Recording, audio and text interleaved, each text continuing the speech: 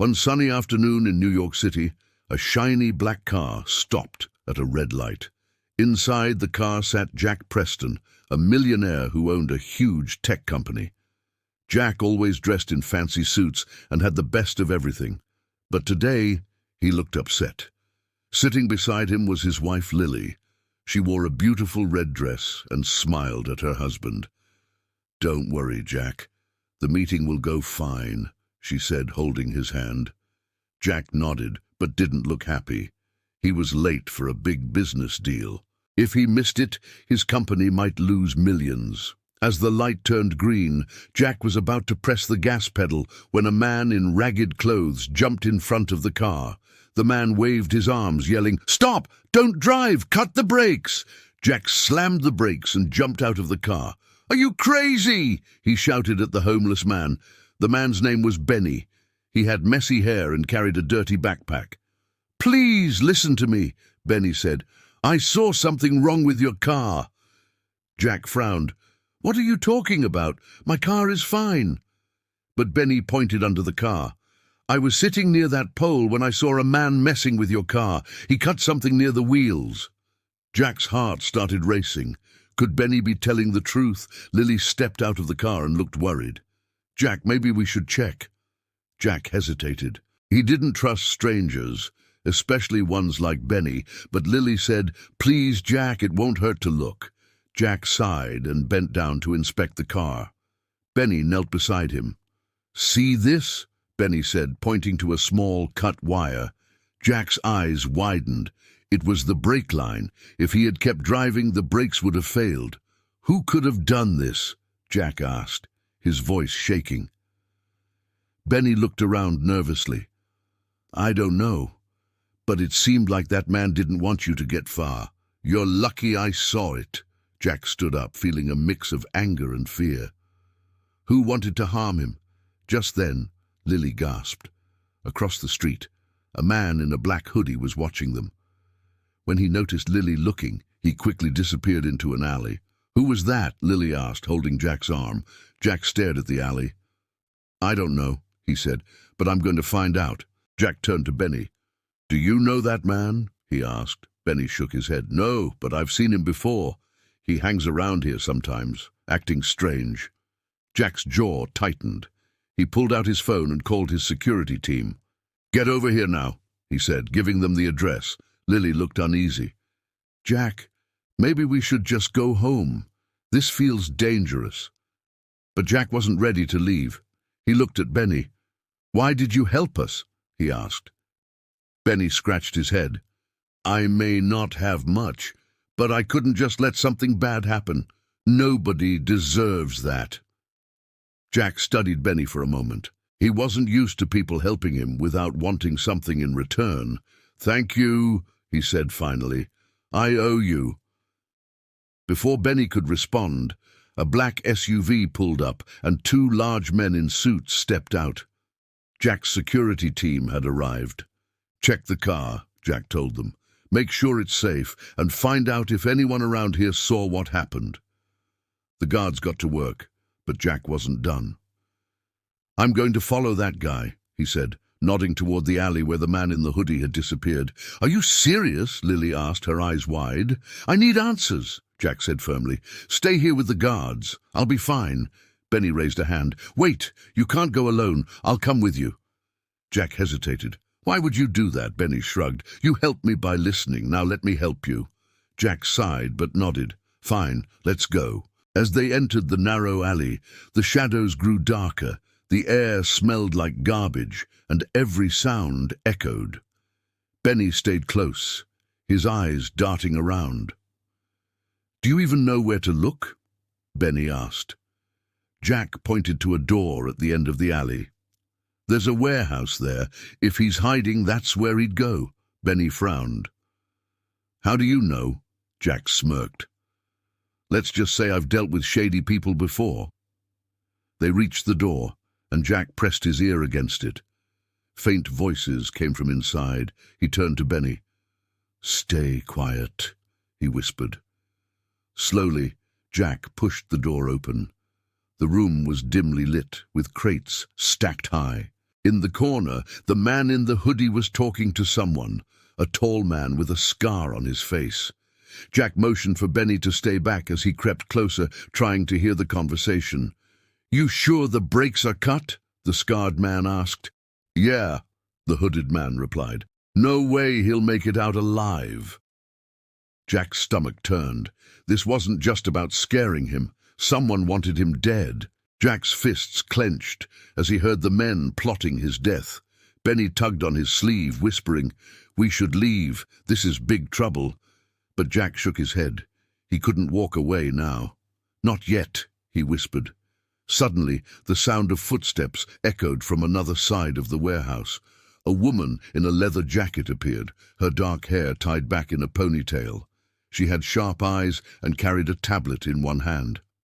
"Did you finish the job?" she asked the hooded man, her voice calm but cold. "Yeah, I did it," the hooded man replied, though he looked nervous.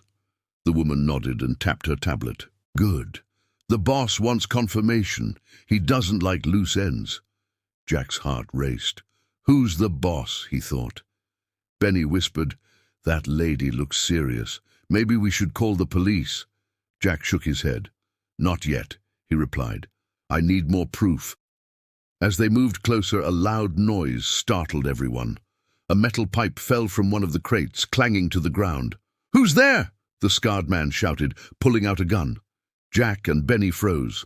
The scarred man's eyes scanned the room, but before he could spot them, another voice boomed from behind. "Put the gun down!" Jack turned to see a man with a badge and a revolver step into the warehouse. He was tall, with a thick beard and a cowboy hat. "Detective Harris, NYPD, the man announced. "You're all under investigation," the scarred man sneered. "You don't scare me, cowboy." Detective Harris smirked. "Oh, you'll be scared when I bring in backup. Or you could talk now and make things easier for yourself." The room grew tense. The woman in the leather jacket quickly typed something on her tablet, her fingers moving like lightning. "She's deleting files," Jack whispered to Benny. Before Harris could react, the woman bolted toward the back door. "Stop her!" Harris shouted. Jack didn't think. He sprang into action, chasing after her. Benny hesitated for a second before following. The woman was fast, dodging crates and leaping over obstacles, but Jack was determined. "Stop!" he yelled. The woman turned, throwing a small device at him. It hit the ground and released a cloud of smoke. Jack coughed and stumbled, but Benny grabbed his arm and pulled him forward. "I know these streets," Benny said. "Follow me." They burst through the smoke just in time to see the woman climb into a sleek black car. As the car sped away, Jack memorized the license plate. Detective Harris caught up, panting. "Who was she?" Jack looked at him. "I don't know, but she's working for someone powerful, and I'm going to find out who." Detective Harris wiped sweat from his forehead, his cowboy hat slightly askew. "All right, Mr. Fancy Suit," he said, eyeing Jack. "You've got some explaining to do. Why are they after you?" Jack crossed his arms. "That's what I'm trying to figure out." Harris squinted. "You're not telling me everything. I've been a cop long enough to know when someone's hiding something." Before Jack could respond, Benny chimed in. "Look, all I know is someone messed with his car. I saw it. That lady and those guys, they're up to no good." Harris looked at Benny, then back at Jack. "Fine. We'll talk later. For now, I need to secure this place." He signaled his radio. "Send a unit to my location. We've got a crime scene." Benny tugged Jack's sleeve. "What now? That woman's gone." Jack thought for a moment. "We follow the lead I got." "What lead?" Harris asked, overhearing. Jack smirked. "The license plate." Benny's jaw dropped. "You caught that?" "Of course," Jack said. "I don't miss details." Harris grumbled, clearly annoyed. "All right, I'll run the plate. But don't think you're in charge here. If you're holding back information, it'll come back to bite you." Jack nodded, but didn't answer. He had his own plans. Later, Jack sat in his penthouse office, staring at his laptop. He had tasked his private tech team with tracking the car. A beep on his screen caught his attention. "We've located the car, sir," his lead tech, Alex, said over the video call. "It belongs to a shell company based in Chicago," Jack frowned. "Chicago? That's far from here. Do we have a name?" Alex hesitated. "The company's registered to a man named Victor Crane." The name hit Jack like a bolt of lightning. Victor Crane was a ruthless businessman Jack had crossed years ago during a deal. Jack had outsmarted him, leaving Crane humiliated. "Victor," Jack muttered. "I should have known." Meanwhile, Benny sat in a small diner across town, munching on a burger. He didn't trust fancy places like Jack's office, but he was curious about what was going on. "Hey, Benny," a voice called. Benny turned to see a petite woman with wild curls and a backpack bigger than her. It was Jess, a street-smart girl he knew from the neighborhood. "You look stressed," Jess said, sliding into the booth. "What's up?" Benny leaned in, lowering his voice. "I think I'm in some deep stuff. You ever hear of Victor Crane?" Jess's eyes widened. "Victor Crane? That guy's bad news. What did you do?" Benny explained everything, the car, the brakes, and the chase. Jess whistled. "Benny, you're playing with fire. But if you're serious about stopping this guy, I know someone who can help." "Who?" Benny asked. Jess leaned closer. "Her name's Mia. She's a hacker, the best in the city. But she doesn't work for free." Benny sighed. "Figures, all right, let's find her." Back in his office, Jack paced the room. He had underestimated Victor Crane. If Crane was behind this, things were about to get much worse. His phone buzzed. It was Detective Harris. "I've got something," Harris said. "That warehouse, it's been rented under an alias tied to Crane's old crew. This isn't just business, Preston. It's personal." Jack clenched his jaw. "Then it's time to make it personal for him." The next morning, Jack sat in his office, staring out at the New York skyline. His mind raced. Victor Crane wasn't just a businessman, he was a master manipulator with dangerous connections. Jack knew he couldn't face this alone. His assistant, Claire, knocked on the door. She was a no-nonsense woman in her late 30s, with sharp glasses and an even sharper wit. "Jack," she said, walking in with her tablet, "you've got 3 board meetings today, and investors are asking questions about why you're off the radar. What's going on?" Jack hesitated, then decided to trust her. "Claire, cancel my meetings. I'm dealing with a personal threat. Someone's trying to kill me, and I think Victor Crane is behind it." Claire raised an eyebrow but didn't flinch. "Victor Crane? That man's practically a ghost. If he's after you, you need serious backup." Jack nodded. "I already have my security team on it, but I need more." Claire smirked. "Lucky for you, I have a cousin who's an ex-military tracker. He's not cheap, but he's the best at finding people who don't want to be found." "Call him," Jack said without hesitation. Meanwhile, Benny and Jess walked into a dimly lit cafe on the east side of town. The place buzzed with the hum of computers, and people sat at tables, their faces lit by screens.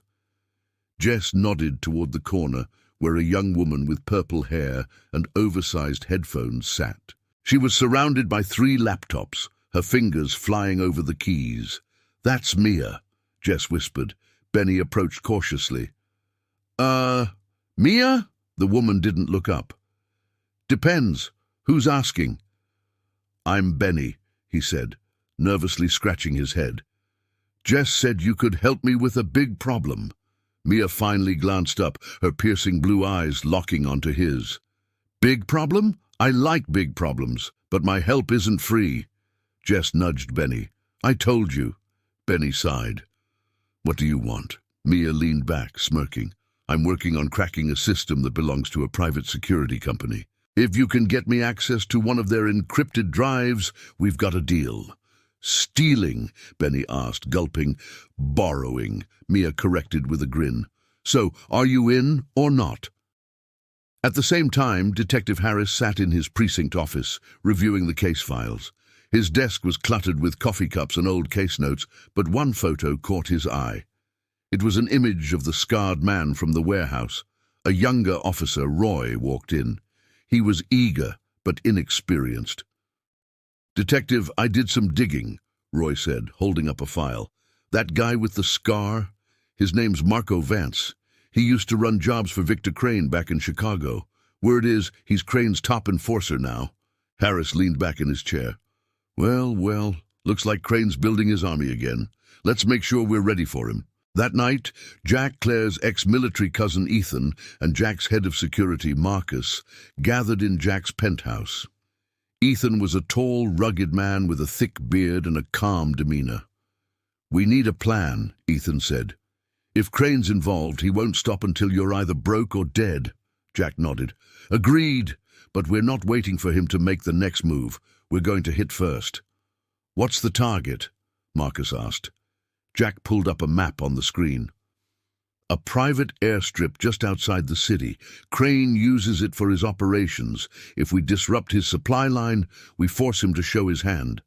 Ethan grinned. "Now we're talking." At the same time, Mia handed Benny a small flash drive. "Here, plug this into the drive I asked for. Once I get the data, I'll help you track whoever you're looking for." Jess whispered, "You sure about this, Benny? This feels dangerous." Benny took a deep breath. "Yeah, if I don't help Jack, he could end up dead. I can't live with that." Late that night, Jack's team prepared for their mission. Ethan studied the airstrip's layout on a tablet, while Marcus checked their gear. Jack paced the room, his mind racing. He knew this was risky, but he couldn't let Victor Crane control his life. "All right," Ethan said, breaking the silence. "We've got a 30-minute window before Crane's next shipment arrives. We disable his planes, plant trackers, and get out. No heroics." Jack nodded. "Let's move." Meanwhile, Benny and Jess stood outside a small office building downtown. The place belonged to a security company, and Benny needed to sneak in to plant Mia's flash drive. "Jess, you're my lookout," Benny whispered. Jess smirked. "Relax, Benny. I've done worse." Benny took a deep breath and slipped inside. The office was dimly lit with rows of desks and computers. He moved quickly, his heart pounding. Finding the server room, he inserted Mia's flash drive into the main console. The screen lit up with lines of code as the drive worked its magic. Come on," Benny muttered. Suddenly he heard footsteps outside the room. Someone was coming. At the airstrip, Jack, Ethan, and Marcus crouched behind a row of shipping containers. The place was eerily quiet, with only the hum of security lights breaking the silence. Ethan pointed to the hangar. "That's where the planes are. Security is light, but we still need to move fast." They crept forward, sticking to the shadows. Marcus disabled a security camera, and Ethan used a small device to jam the alarms. Inside the hangar they found two sleek jets, their cargo holds open and ready for loading. Ethan quickly planted trackers on both planes, while Jack searched for documents or clues about Crane's operation. "Jack," Marcus whispered, holding up a clipboard he found near the cargo. "Look at this." Jack scanned the clipboard. It listed shipments of weapons and high-tech gadgets, all heading to unknown locations. "This isn't just about me," Jack said grimly. "Crane's running something big." Before they could leave, headlights flashed outside the hangar. "Someone's here," Ethan hissed. Back at the office building, Benny hid behind a desk as a guard walked into the server room. The guard grumbled, checking his phone. "Why do I always get stuck with the night shift?" Benny held his breath, praying the guard wouldn't notice the flash drive. Just as the guard turned toward the console, Mia's program beeped softly, signaling it was done. Benny grabbed the drive and bolted out of the room. The guard spun around. "Hey, who's there?" Benny didn't stop running. He burst out the door and into the alley where Jess was waiting. "Did you get it?" Jess asked, her eyes wide. Benny held up the flash drive, panting. "Yeah, let's get this to Mia." At the airstrip, Jack and his team ducked behind crates as two SUVs rolled into the hangar. Victor Crane stepped out, flanked by Marco Vance and two more armed men. Crane looked older than Jack remembered, but his presence was just as intimidating. "What's the delay?" Crane barked. "Everything's on schedule," Marco assured him. Jack whispered to Ethan, "We can't let them leave. If Crane's here, we have a chance to stop him." Ethan frowned. "We're not equipped for a fight. We need to stick to the plan and get out." But Jack wasn't listening. He grabbed a metal wrench from the ground and tossed it toward the planes, causing a loud clang. Crane and his men turned toward the noise. "What was that?" Crane asked, narrowing his eyes. Ethan cursed under his breath. "You just blew our cover." Crane gestured to his men. "Search the hangar. Someone's here." Crane's men spread out, flashlights slicing through the shadows of the hangar. Jack, Ethan, and Marcus crouched lower behind the crates. "Brilliant move, Jack," Ethan muttered sarcastically. "We needed a distraction," Jack whispered back. "Yeah? Well, now we've got their full attention," Marcus added, gripping his stun gun tightly. Meanwhile, back at the cafe, Mia was reviewing the data Benny had retrieved. Her fingers flew over the keyboard, decrypting files faster than Benny could keep up. "What's all that?" Benny asked, leaning over her shoulder. "Shh," Mia said, her eyes glued to the screen. "I'm looking for patterns. Crane's operations are like a web, complex, but everything connects." Jess sipped her coffee, watching the two. "So, what's the deal with this Crane guy? Why's he after Jack?" Mia didn't look up. "Because Jack crossed him. But it's more than that. Crane isn't just a criminal. He's a puppeteer. He pulls strings, makes people disappear, and builds empires in the shadows." Benny gulped. "So, Jack's in deeper trouble than we thought?" Mia finally looked up, her face serious. "Much deeper, and now so are we." At the airstrip, Jack motioned for Ethan and Marcus to follow him toward an emergency exit. "Wait," Marcus whispered, pointing at a control panel near the planes. "If we can disable the fuel system, they won't get far." Ethan nodded. "Good idea. Cover me." As Ethan worked on the panel, Jack caught sight of a young woman emerging from one of the SUVs. She was dressed in tactical gear and carried herself with confidence. "Who's that?" Jack whispered. Ethan glanced up. "That's Lydia Crane, Victor's niece. She's his top strategist. If she's here, this isn't just a routine operation." Jack's jaw tightened. Lydia was a wild card, a brilliant and ruthless woman known for outthinking even the best. "Uncle," Lydia called to Victor, "the shipment's ready, but there's a security breach. I suggest we cut our losses and move out now." Victor shook his head. "We don't leave loose ends. Find whoever's here." Lydia's eyes scanned the room, sharp and calculating. Jack felt a chill as her gaze lingered near their hiding spot. "We're running out of time," Ethan whispered. Back at the cafe, Mia gasped. "Oh, no." "What? What is it?" Benny asked. Mia spun her laptop around to show them a map with blinking red dots. "Crane's airstrip isn't his only operation. He's got multiple sites, and this isn't just about smuggling. It's a full-scale weapons network." Jess's eyes widened. "Weapons? Like, for a war?"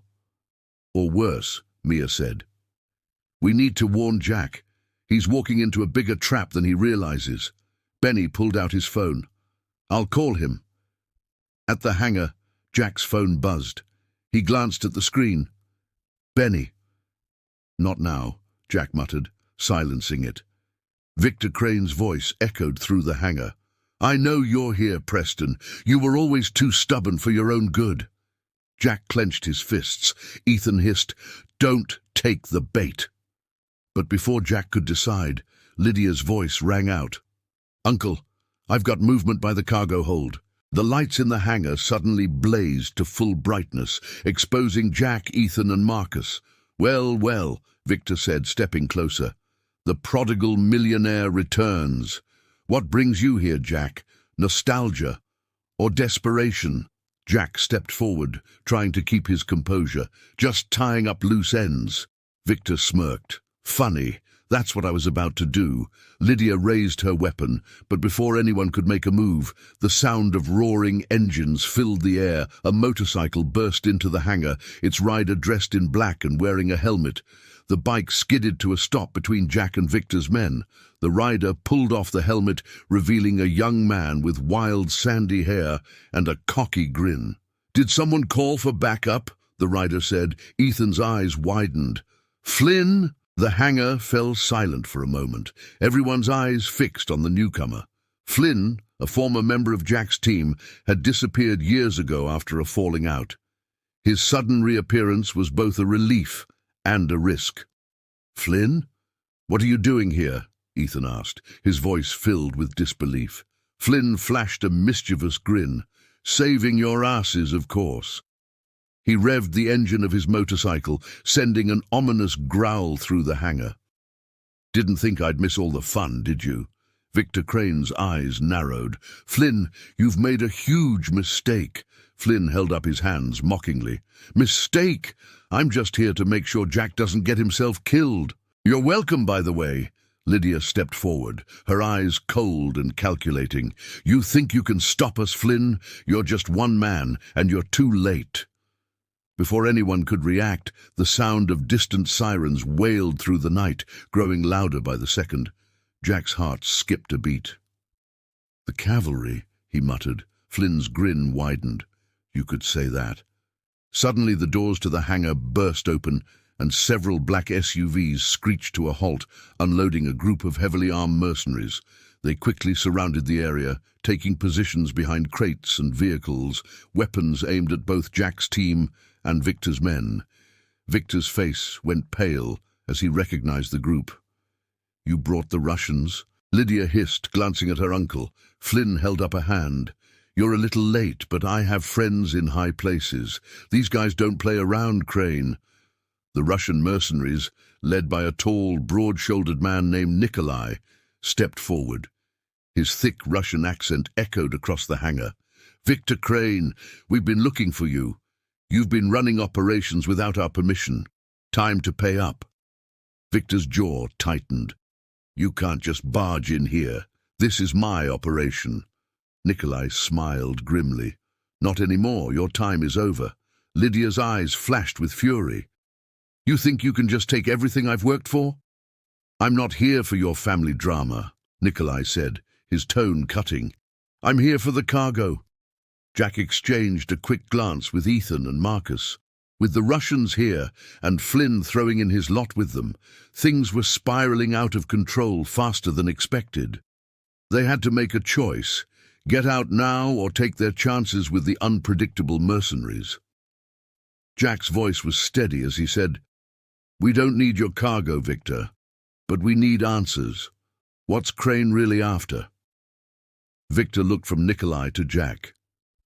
"You think this is about the weapons?" His laugh was hollow. "You have no idea.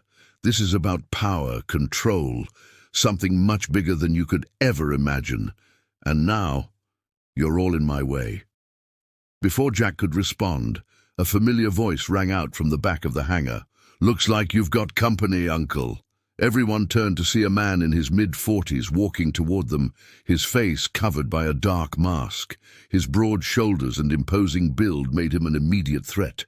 He was flanked by two more heavily armed men. Flynn's grin vanished, and his expression hardened. "Damn it, not him!" Jack squinted. "Who is that?"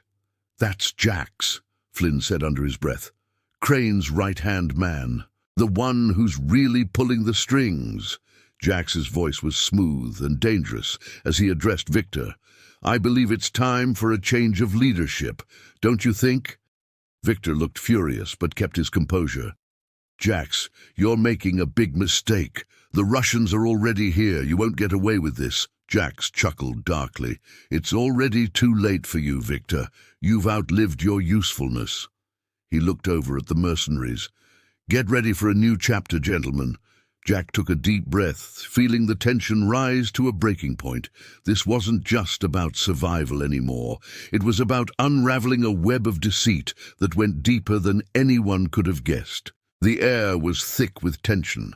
Jax's men took up positions, weapons drawn and aimed, while the Russians stood their ground, their eyes scanning for any opportunity. The entire hangar felt like a powder keg, one spark away from exploding. Victor Crane, for the first time, looked vulnerable. He wasn't in control anymore, and he knew it. Jack stepped forward, his smile cold. "It's over, Victor. You're finished." Victor's face twisted with rage. "You're nothing but a puppet, Jax. You always have been. This whole thing was supposed to be mine, and you think you can just take it from me?" Jack shrugged. "Times change. People change. You're no longer needed. The world moves on." Before the situation could escalate further, a loud crash echoed from the back of the hangar. Everyone turned to see a large, armored truck crashing through the wall, its headlights blinding everyone in the dark.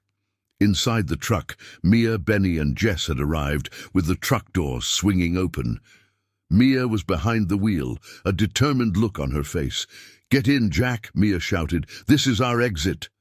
Jack didn't hesitate. He signaled to his team and they ran toward the truck, the Russians and Jax's men momentarily distracted by the commotion. With a loud screech, the truck tore off into the night, narrowly avoiding gunfire. As the truck sped away, Jack looked back at the hangar, seeing nothing but chaos as Jax and Victor's forces clashed. It was clear that Crane's empire was crumbling.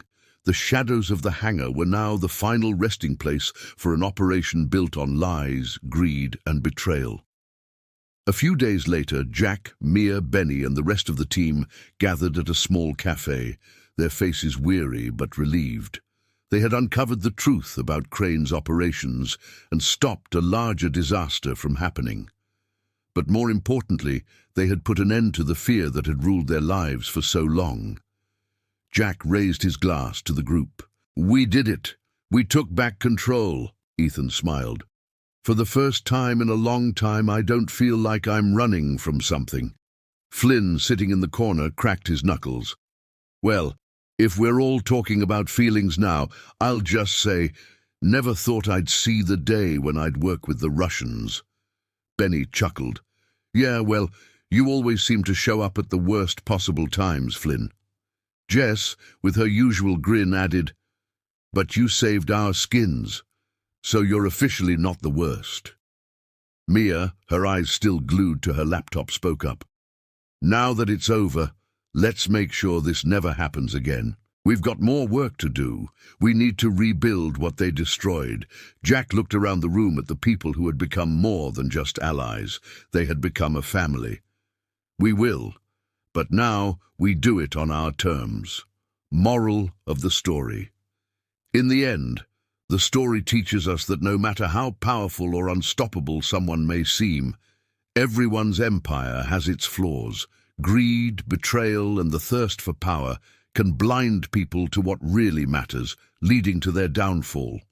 But with teamwork, courage, and doing what's right, even the most tangled webs of deceit can be unraveled.